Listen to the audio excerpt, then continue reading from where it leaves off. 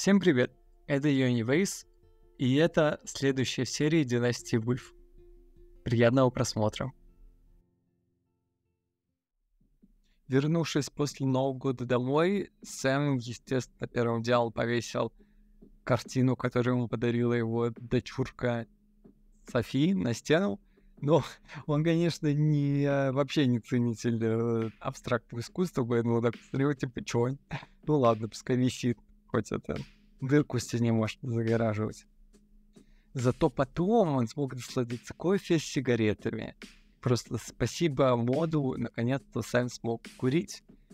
И, естественно, у него из головы все никак даже на новогодних праздниках не уходило это загадочное дело о картеле с котиками. Поэтому он стал в своей голове просто собирать все по ниточкам и размышлять о том, что к чему могло бы быть. После лучшего тусича на Новый год закончились каникулы и начался второй курс. Ребята приходили в себя, и Фред решил, что он сделает с этой странной зубаткой. Он решил все-таки купить ей аквариум, поселить у себя в комнате страшную рыбищу.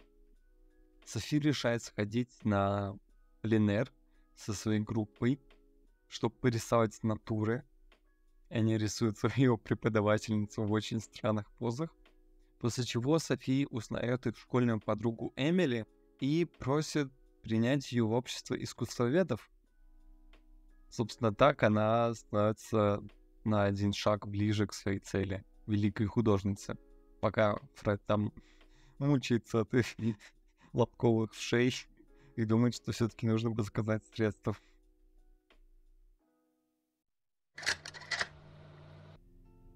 Весенний денек в этот раз оказался дождливым, и туда пришла Кейт с Фредом.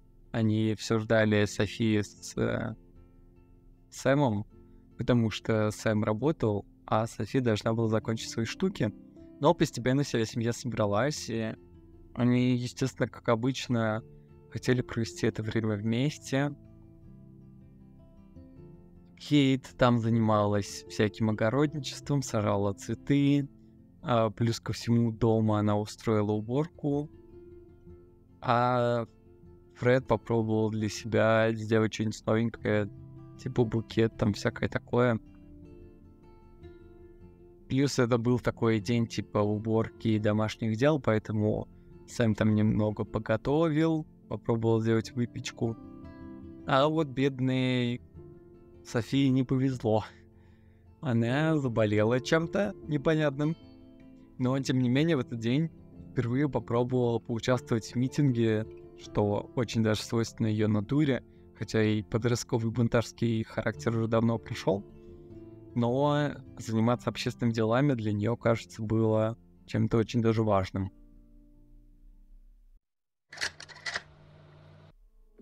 Очередной день и очередное наставление от шефа для Сэма. В этот раз его отправили в Вайди Спрингс, в парк, на поимку преступника. И все было достаточно забавно, потому что он оказался единственным в этом парке и сидел спокойно, играл в шахматы. Ну, Сэм к нему подсел и такой, типа, а вы здесь не видели преступника? Он такой, не видел, как ни в чем не бывало. Но там кроме него ловить было больше некого. И это тоже оказался какой-то совершенно молодой персонаж, который то ли заканчивал школу, то ли уже был в университете, как ни странно. Но это оказался просто настоящий, злой гений. Маленький Мориарти. Он ни в какую не хотел колоться на допросе, всячески ухмылялся там, строил рожи. И Сэм, играя злого полицейского, не смог добиться никакого от него ответа. Но, тем не менее, все равно посадил его в камеру и попробует потом еще раз, наверное, его разбить. Но кое-какие сведения им все-таки удалось выбить. Поэтому это расследование продолжается. Благодаря небольшим сведениям школоты Мориарти, когда он прокололся, Сэм смог незамедлительно выехать на поимку еще одной подозреваемой, которая оказалась студенткой. Они вообще просто дети устроили картель какой-то по продаже котиков. Это очень странно все. Но он смог ее допросить, и она все-таки раскололась, в отличие от его пацана, была не настолько крепкой, видимо. И Сэм даже сел надзирать за ней, его представили в этот раз смотреть на заключенных, он там себе взял покушать, чтобы не было скучно. Но за ней нужно было глаз да глаз, чтобы она чего не натворила плохого в камере. Зато благодаря такому жесткому методу они смогли продвинуться дальше в своем расследовании и поиску подозреваемых. И вот настал день рождения Кейт. Ее ребенок вырос, и она уже стала тоже стареть, должна была стать взрослой. И не то чтобы это для нее какой-то грустный период ее жизни, просто еще один этап, интересный и новый какой-то, что было прикольно. Кейт ради такого арендовала столик в небольшом прибрежном ресторане. Она собрала туда всех своих знакомых, подруг, друзей, всю семью, естественно, Питер с собой прихватила. И отпраздновала свое вступление в взрослую, морщинистую жизнь. Что было забавно. Теперь, наконец-то, она может пожить как-то для себя, что ли. Кейт отпраздновал свой день рождения, ознаменовав свой переход в взрослую жизнь. Ее способности к ясновидению окрепли, и теперь она могла поддерживать устойчивую связь с миром духов. В знак благодарности духи оставили ей магические артефакты, пропитанные таинственной силой. Ее наставник Питер сообщил Кейт о последнем испытании, которое ей необходимо пройти, чтобы покончить с угрозой вампиров раз и навсегда. Он сообщил ей о том, что Кейт предстоит прожить целый месяц до Дня Весны в заброшенном особняке Forgotten Hollow. Этот особняк наполнен неупокоенными душами жертв вампиров, и сейчас он является гнездом по распространению вампиров. Если уничтожить главного вампира, то все души упокоятся, и вампиры больше не смогут обитать в этом месте. К сожалению, ни Питер, ни Кейт не догадывались о том, что их разговор был подслушан одним из приспешников вампиров, что в будущем сулило немало неприятностей. На следующий день Кейт прибыла в Forgotten Hollow, огромный мрачный особняк, который был заброшен в течение многих лет. Полностью осознавая ожидающие ее опасности, она начала готовиться, устанавливая защитные меры и изготавливая различные предметы из чеснока. Осматривая особняк, Кейт обнаружила на втором этаже кабинет спиритуалиста. Заинтригованная его присутствием, она сделала мысленную пометку вернуться к нему позже. На чердаке она наткнулась на своеобразную выставку манекенов в масках, намекающих на скрытую тайну. Это зрелище разожгло в ней любопытство, и она решила разгадать тайну, стоящую за ним. Кейт показалось, что это был какой-то вампирский клан. На следующий день уединение Кейт внезапно было прервано, когда утром в особняк ворвались трое незнакомцев. Бернард, Дэниел и Лесли объявили себя командой борцов с паранормальными явлениями, преисполненных решимости защитить мир от сверхъестественных угроз. Хотя Кейт поначалу предвзято относилась к их присутствию, она неохотно смирилась с их существованием, когда они разбили лагерь в центральном зале. Все-таки находиться в этом особняке с кем-то еще было не так страшно. Уже к обеду Кейт сидела за потертым спиритическим столиком. Ее пальцы возили по тонким узорам, выгравированным на его поверхности. Сколько прошло времени с тех пор, как она впервые провела спиритический сеанс? Сейчас их количество уже не счесть. Но именно сегодня, в этом странном особняке, она почувствовала, как по ее венам разливается вновь обретенная сила. Она наконец стала ясновидящей высочайшего класса, отточив свои способности до беспрецедентного уровня. Однако, именно в этот момент сеанс Кейт был внезапно прерван появлением Бернарда. Он ворвался в комнату, их взгляды встретились, и казалось, что сам воздух стал напряженным. Кейт и Бернард не сходились во взглядах, каждый считал присутствие другого неприятным. На следующий день обитатели особняка вернулись к своим повседневным обязанностям. Кейт занялась установкой импровизированной барной стойкой для подготовки защитного эликсира от вампиров. Лесли тихо сидела за столиком, погруженная в свой дневник, а Бернард читал квазинаучный журнал. Их в остальном мирный день принял жуткий оборот, когда бес особняка Штрауб материализовался в образе черного лиса. Кейт, благодаря своему удару, сразу же распознала это существо. В ее работу также входило успокоение подобных беспокойных сущностей. Когда Кейт протянула свое подношение, бесенок метнулся прочь, исчезнув так же быстро, как и появился. К вечеру Кейт облачилась в свой костюм ясновидящий, обвешанный разнообразными магическими амулетами, и готова была отправиться на встречу с неупокоенными душами. Ее общение протекало гладко, и она почувствовала, как эфирные энергии откликнулись на ее зов. В обмен на ее подношение один из призраков подарил Кейт необычную глиняную скульптуру в знак их связи. Укрепляя барьер между царством живых и мертвых, Кейт продолжила свою миссию. Внезапно перед ее глазами возникло призрачное присутствие, сопровождающее каждый ее шаг. Это привело ее к органу в главном зале, который начал издавать навязчивые мелодии, от которых у всех обитателей особняка пробежали мурашки в спине. Из-за этого особняк стал рассадником злобных призраков, пришедших на зов адских звуков. Посреди всеобщего ужаса и суматохи попытка Лесли приготовить ужин привела к случайному сгоранию. Снова воцарился хаос, но Кейт, отважная и быстрая, потушила пламя, спасая Лесли от беды. Благодарная Лесли бросила взгляд на Кейт, в глубине которого светилось восхищение. Она увидела героиню, человека, который спас ей жизнь, и поклялась никогда не забывать этот героический поступок. И в этом инциденте ледяная стена, стоявшая между Кейт и группой по спасению мира, начала рушиться. На следующий день бес в обличии белой лисы появился на пороге, но Бернард своей чрезмерной физической активностью отпугнул ее. С наступлением ночи Кейт, почувствовав некоторое утешение среди этого хаоса, решила собрать доску со всей информацией и фотографиями, которые она собрала. Она также завела свой собственный блог о паранормальных явлениях, документируя свой опыт и делясь своими знаниями. Внезапно призрак Гидри, эксперт по домам с привидениями, появился перед Кейт, предлагая свою помощь. Кейт, однако, испытывала противоречивые чувства, поскольку присутствие Гидры казалось несвоевременным. Она уже собрала большую часть нужной ей информации, и появление Гидры спустя столько времени теперь казалось ненужным. В разгар их разговора Бернард непреднамеренно устроил еще один пожар. К разочарованию Кейт, Гидри именно в этот момент немедленно исчез. И Кейт пришлось одной быстро принимать меры, чтобы спасти Бернарда из огня, укрепив свое положение истинного героя. Уже глубокой ночью, когда за окном лил дождь, на пороге особняка появился таинственный мужчина в темном плаще. Назвавшись Акселем, он вошел в особняк так, словно был его истинным владельцем.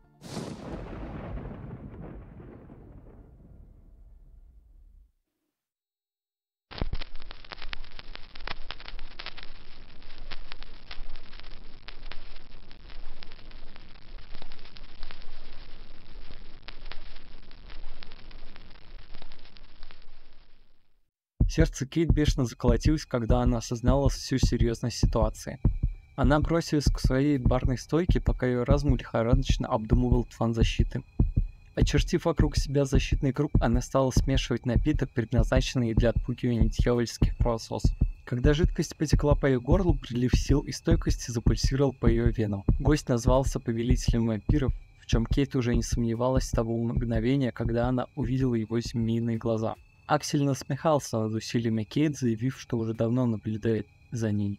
Однако сейчас его чары и силы оказались тщетными против защиты Кейт. Пока она оставалась в пределах круга, Аксель не мог причинить ей физического вреда или укусить ее. Тем временем, пока Кейт стояла в плену своей магической защиты, белый бес, который всю ночь бродил вокруг особняка, проник в главный зал и украл чеснок, нарушив антивампирскую защиту. Кейт поняла, что это было замыслом повелителя вампиров.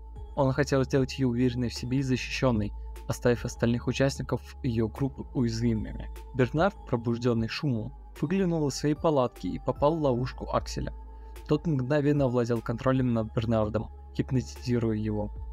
Кейт не могла смириться с мыслью, что его могут обескровить, поэтому она импульсивно выбежала из своего защитного круга, чтобы вмешаться. С отчаянием в сердце Кейт схватила приготовленный ею напиток для защиты от вампиров и выплеснула его в лицо Акселю. Жидкость попала ему в глаза, на мгновение оглушив и ослабив его власть над Бернардом. Воспользовавшись возможностью, Бернард вырвался из лап вампира, поспешив обратно в убежище своей палатки подальше от опасности. Однако это только разозлило повелителя вампиров. В ту же секунду он схватил и вонзил свои клыки Кейт в шею. Она знала, что если повелитель вампиров удастся высосать ее кровь, ей не выжить. Но тут на шум прибежала Лесли, и Аксель, переключив свое внимание, накинулся на нее.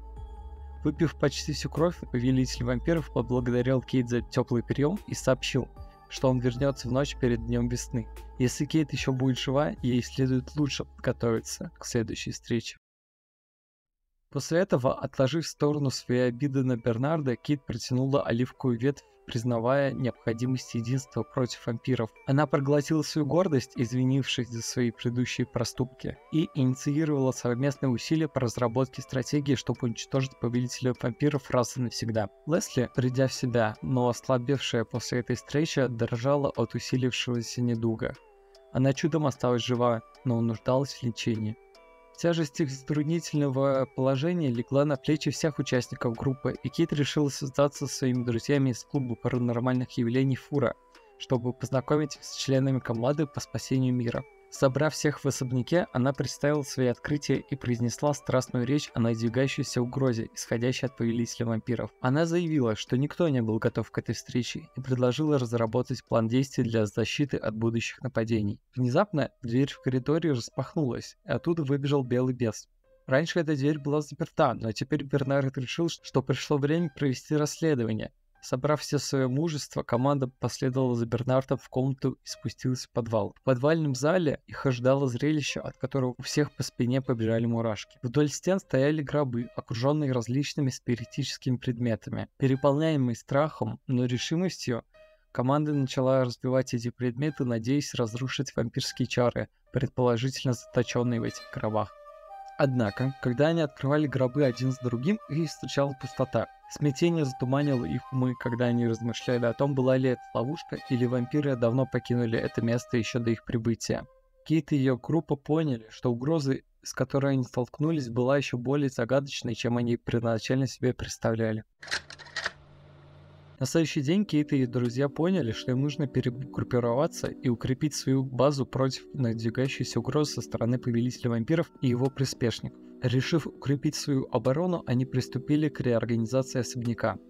Первым шагом было создание мощного круга из магической соли в центре зала, образующего защитный барьер, который не позволил бы вампирам и злобным духам проникнуть в него. Группа тщательно расставила стулья и столы по кругу, развесила чеснок и расставил сакральные свечи в стратегических точках. Клуб Фура приступил к ритуалу, чтобы наполнить пространство защитой. Их голоса повторяли древние заклинания, а их намерения вплетались в саму ткань их окружения. Энергия внутри особняка изменилась, превратившись в неистовую крепость против сил тьмы. Лесли, все еще не оправившаяся от нападения, нуждалась в достаточном отдыхе, чтобы восстановить свои силы. Кейт любезно предложил ей свой спальный мешок, где она смогла бы спать большую часть времени и приходить в себя. Тем временем остальные члены клуба по спасению мира по очереди дежурили, бдительно отслеживая любые признаки проникновения вампиров. Дэниел, заступая на дежурство, в свою очередь патрулировал особняк, систематически уничтожая любые спиритические предметы. Он методично разбивал талисманы и разрушал оккультные символы, устраняя потенциальные источники темной магии, которые могли бы использовать их враги. Кейт, следующая в очереди на дежурство, сосредоточилась на получении информации от Гидри. Благодаря задабриванию духов она получила мистические дары, и Гидри, дух-наставник, напомнил Кейт, что не стоит недооценивать значение этих подношений, поскольку они могут оказаться жизненно важными в финальной битве против Верховного Вампира. Бернард, который должен был приступить к исполнению обязанностей после Кейт, первоначально намеревался прощупать напряженную атмосферу между ними, однако он быстро осознал тщетность усугубления и без того напряженной ситуации. Стремясь к примирению, он протянул руку помощи. Бернард приготовил ужин для Кейт и даже предложил ей стакан созревающего апельсинового сока, чтобы помочь ей прийти в себя. Кейт была благодарна ему, но ее мысли были далеки от этого места.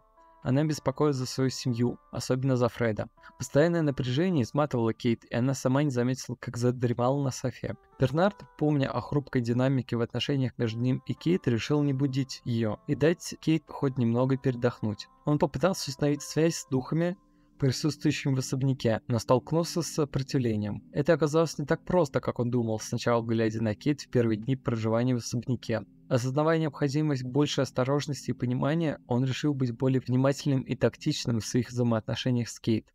В разгар приготовлений к их порогу неожиданно прибыла посылка. Кейт открыла ее и обнаружила пакетик с кровью, сопровождаемый запиской от Совета вампиров с благодарностью за членство в кровавом клане. Похоже, они еще не знали, что нынешними хозяевами особняка стали смертные. Испытывая отвращение к пакетику с кровью, Кейт быстро выбросила посылку и попыталась забыть о происшедшем. Она сосредоточилась на своей конечной цели – создании лекарства от вампиризма. Опираясь на свои знания и собирая различные ингредиенты, Кейт неустанно трудилась, расширяя границы своего опыта. Проявив настойчивость и мастерство, она успешно разработала мощное противоядие, которое обещало победить Верховного Вампира. Подготовка к предстоящему сражению шла полным ходом. Группа тщательно тренировалась, оттачивая свои навыки, отлаживая свои стратегии. Их решимость росла, подпитывая верой в то, что победа была у них уже в руках.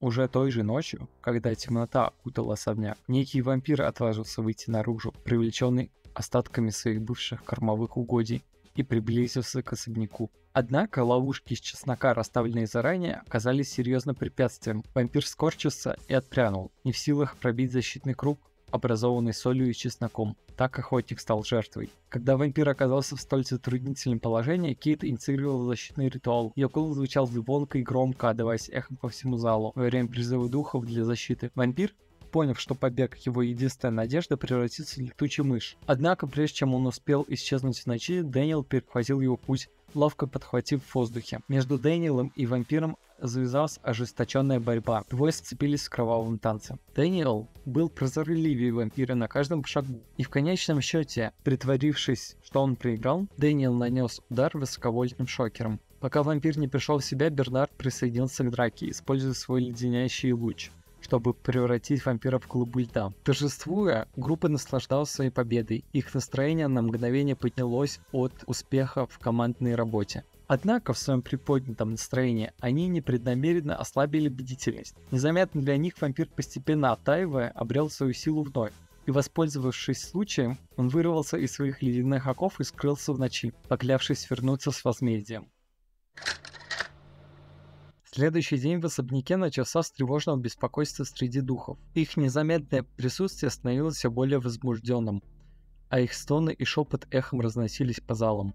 Почувствовав бедствие, Кейт взяла на себя смелость успокоить их встревоженные души, понимая, что их беспокойство может привлечь нежелательное внимание со стороны темных сил. Но, прежде чем Кейт смогла полностью справиться с духами, знакомый черный бес появился снова, сея хаос на своем пути и гася сакральные свечи, дарующие защиту. Несмотря на эту неприятность, Кейт знала, что умиротворение непредсказуемого беса имеет решающее значение для поддержания хрупкого равновесия в особняке. Она преподнесла бесу подношение и спела песенку, надеясь вернуть ему благосклонность и успокоить эту озорную лисицу. Пока Кейт суетилась с духом и бесом, долгожданное появление ее подруги Бетти охладило эту бурную атмосферу. Бетти пришла, чтобы поддержать группу в битве против вампиров. С ее присутствием они чувствовали, что не одни, есть те, кто могут прийти на помощь.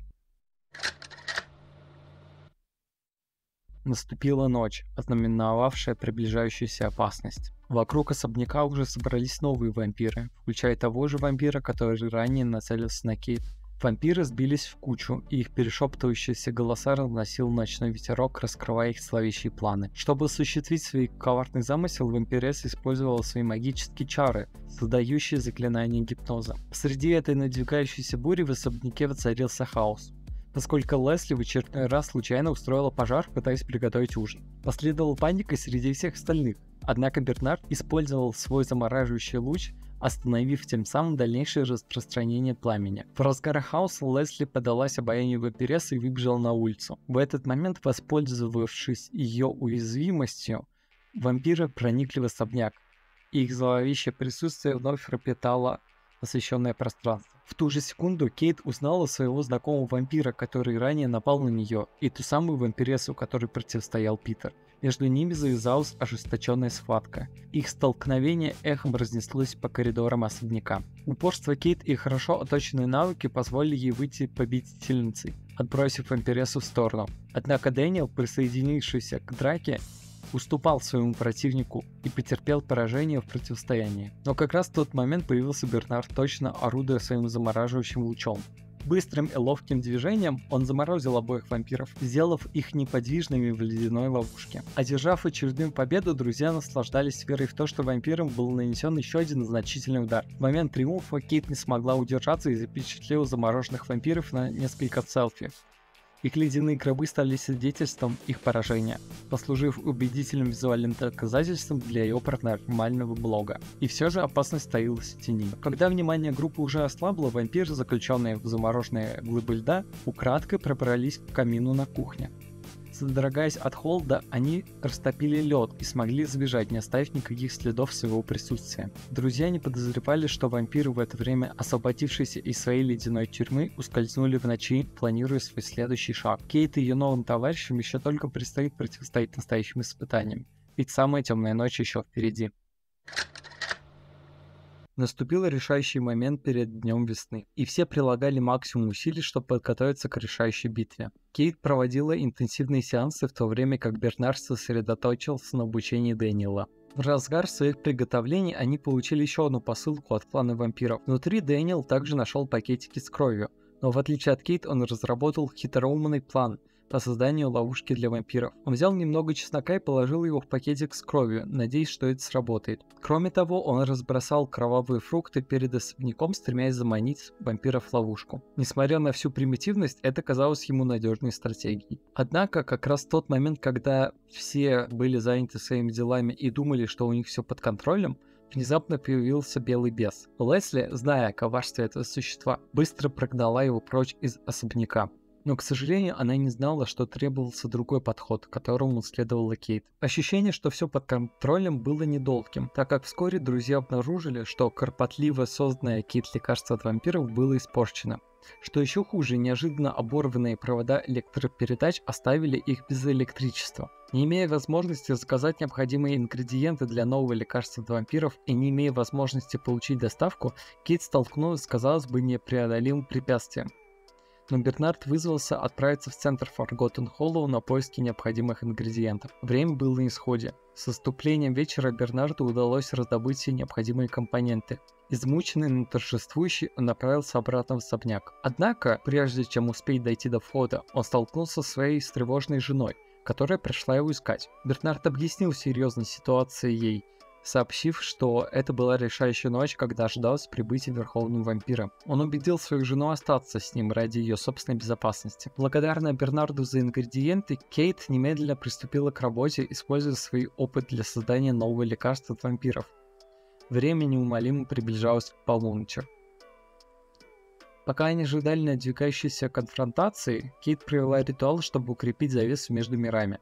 Именно в этот момент появился белый бес. Стремясь отомстить за утреннюю встречу с Лесли, бес украдкой похитил кровавые плоды, предназначенные для ловушки, тем самым саботируя тщательно продуманный план Дэниела. Приближаясь к часу X, Бернард решил произнести мотивационную речь, чтобы вдохновить всех участников на выполнение их сложной миссии. К сожалению, его речь получилась вялой, не сумев разжечь огонь в его товарищах. Тем не менее, в утешение Бернарду, Кейт внесла свой вклад, приготовив для всех специальный напиток, именуемый как лучшая защита от вампиров. В знак солидарности прибыли члены клуба Фура, чтобы показать свою поддержку Кейт. Кейт, Пэтти и Мэтью объединили свои силы, чтобы провести самый сильный ритуал для защиты особняка. Но когда ритуал только начался, новая вампиресса уже была на пороге особняка, и она сразу же попала в нехитрую ловушку Дэниела, привлеченная вкусом кровавых плодов. Однако, благодаря вмешательству белого беса, вампирша нацелилась на самую уязвимую обитательницу особняка, используя свой гипноз. Так, жена Бернарда, находясь под гипнотическим воздействием вампирши, сообщила своему мужу, что ей пора уходить. Хотя Бернард предложил ей остаться на ночь, она заявила, что у нее неотложные дела. Выйдя на улицу, она поддалась вампирским галлюцинациям, заставившим ее впасть в транс. и без сопротивления дать себя укусить, прежде чем она упала без сознания. Не подозревая об этом, группа, собравшись в столовой, решила обсудить свою стратегию защиты особняка от надвигающегося нападения вампиров. Именно в этот момент черный бес, заметив жену Бернарда, неподвижно лежащую у входа, поспешил к собравшимся, чтобы сообщить об этом. Заметив это беспокойство беса, Мэтью убедил Бернарда пойти за своей женой, опасаясь за ее безопасность. Тем временем, на пороге особняка вампирши уже готовились к нападению. Обладая аурой очарования, они превратились в летучих мышей и улетели через окно на второй этаж особняка, откуда и смогли наблюдать за событиями, разворачивающимися внизу.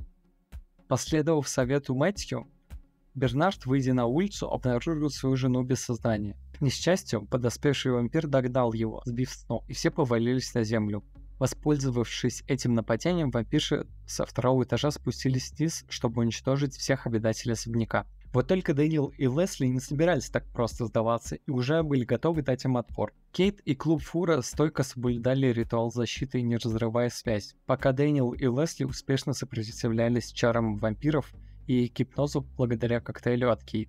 В это время Бернард победил нападавшего на него вампира, временно выведя его из строя, так же как он сделал это и раньше. Затем он подхватил свою бедную жену на руки и стал искать путь к спасению во время бурной битвы. Увы, Лесли пала жертвой вампирши, проиграв схватку, и снова потеряла сознание.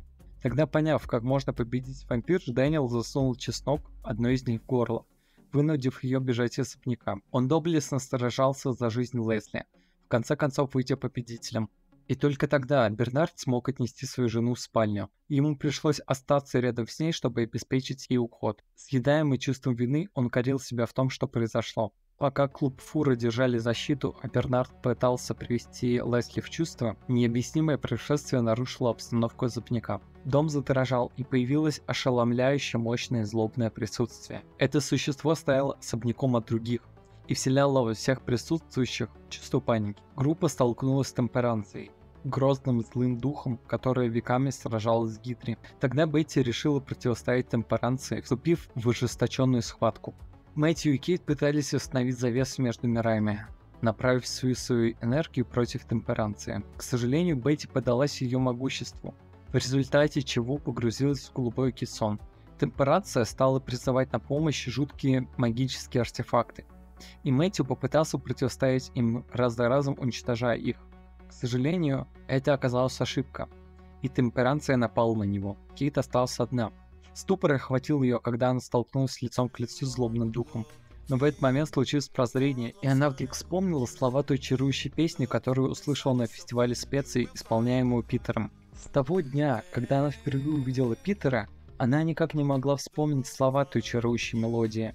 Но сейчас эти слова и были ключом к победе над Темперанцией. Призвав на помощь свою внутреннюю силу, Кейт достала глиняную скульптуру, подаренную ею духами. Вот та сила мистических даров, о которых говорил Гидри. С каждой секундой Темперанция слабела. Стойкость Кейт в сочетании с помощью духов начала одолевать Темперанцию. Наконец, Кейт удалось изгнать ее из особняка. Но в это время, внезапно появившись, Верховный Вампир воспользовался возможностью нанести удар. Взяв под контроль сознание Дэниела, он напал на него, высасывая из него всю жизненную силу. Кейт бросилась на помощь Дэниелу, покинув защитный магический круг и столкнувшись с Верховным Вампиром в одиночку вновь, как и в первую их встречу. Это ознаменовало значительный поворотный момент в характере Кейт. Она приняла безжалостную решимость убить Верховного Вампира. Битва была не на жизнь, а на смерть. К сожалению, прежде чем выплеснуть лекарство от вампиризма, Верховный Вампир разбил его, одолев Кейт в процессе. Схватив ее за шею, он попытался задушить ее. Однако произошел неожиданный поворот.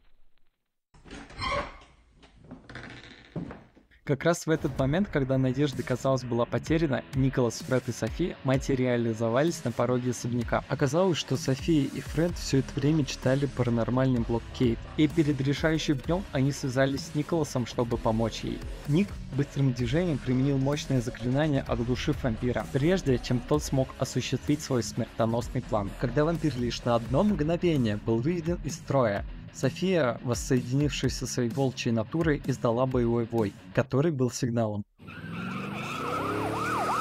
После этого двери особняка распахнулись, открывая вид на Сэма в полицейской машине, мчащегося на полной скорости. Он протаранил стены особняка и, чудом не задев Кейт, сбил верховного вампира с ног одним мощным ударом. Первые лучи рассветного солнца проникли через образовавшуюся дыру. Ослабленный и уязвимый вампир пал жертвой солнечного света, сгорая в забвении, превращаясь в горстку пепла.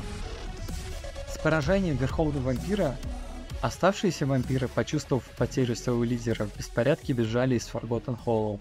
Эта битва была выиграна. Когда пыль осела, друзья помогали друг другу оправиться от напряженной битвы, и даже несмотря на то, что группа физически и эмоционально была истощена, они не могли не радоваться общей победе. Кейт выразила благодарность своей племяннице и сыну за их помощь, осознав, как же сильно она любит свою семью. И София предложила Кейт подумать о том, чтобы воспользоваться своим даром ясновидения, посоветовав ей оставить работу в сфере общепита и начать карьеру в сфере сверхъестественного. В последний момент единения друзья собрались вместе, запечатлев память об их общей победе над врагом на групповой фотографии. Они понимали, что именно их коллективная сила и непоколебимая дружба помогли пережить самые темные ночи. После веселого дня весны Сэм совершенно не хотел идти на его любимую работу, потому что он знал, что его там уже ждут проблемы. И, конечно же, на стойке регистрации ему сказали, типа, поднимись наверх, тебя хочет отругать начальница. И, конечно же, за то, что Сэм самовольно украл служебный транспорт, поехал еще куда-то на нем, потом испоганил его тем, что врезался в дом, его по головке не погладили. И хотя бы они смогли полицейскую машину вернуть в участок, но проблем было не избежать, к сожалению, а очень хотелось бы. Поэтому Сэма опять понизили абсолютно до первой ступени курсанта, и он должен был опять проходить весь испытательный срок для того, чтобы стать детективом. Поэтому теперь его ждала только самая мелкая работа, и, конечно же, его отстранили от главного расследования всего полицейского участка, что, конечно, на самом деле не остановило Сэма, потому что он самовольно стал, как по лучших традициях детективов, разбираться во всем этом и заново собирать всю базу улик и строить все связи, которые могли бы появиться в этом деле, чтобы понять, где же они прокололись и кто является главарем всей этой странной шайки, который смог завербовать только школьников и студентов. И несмотря на его ужасное положение и унизительное понижение в должности, Сэм все-таки стал по-новому распутывать этот клубок.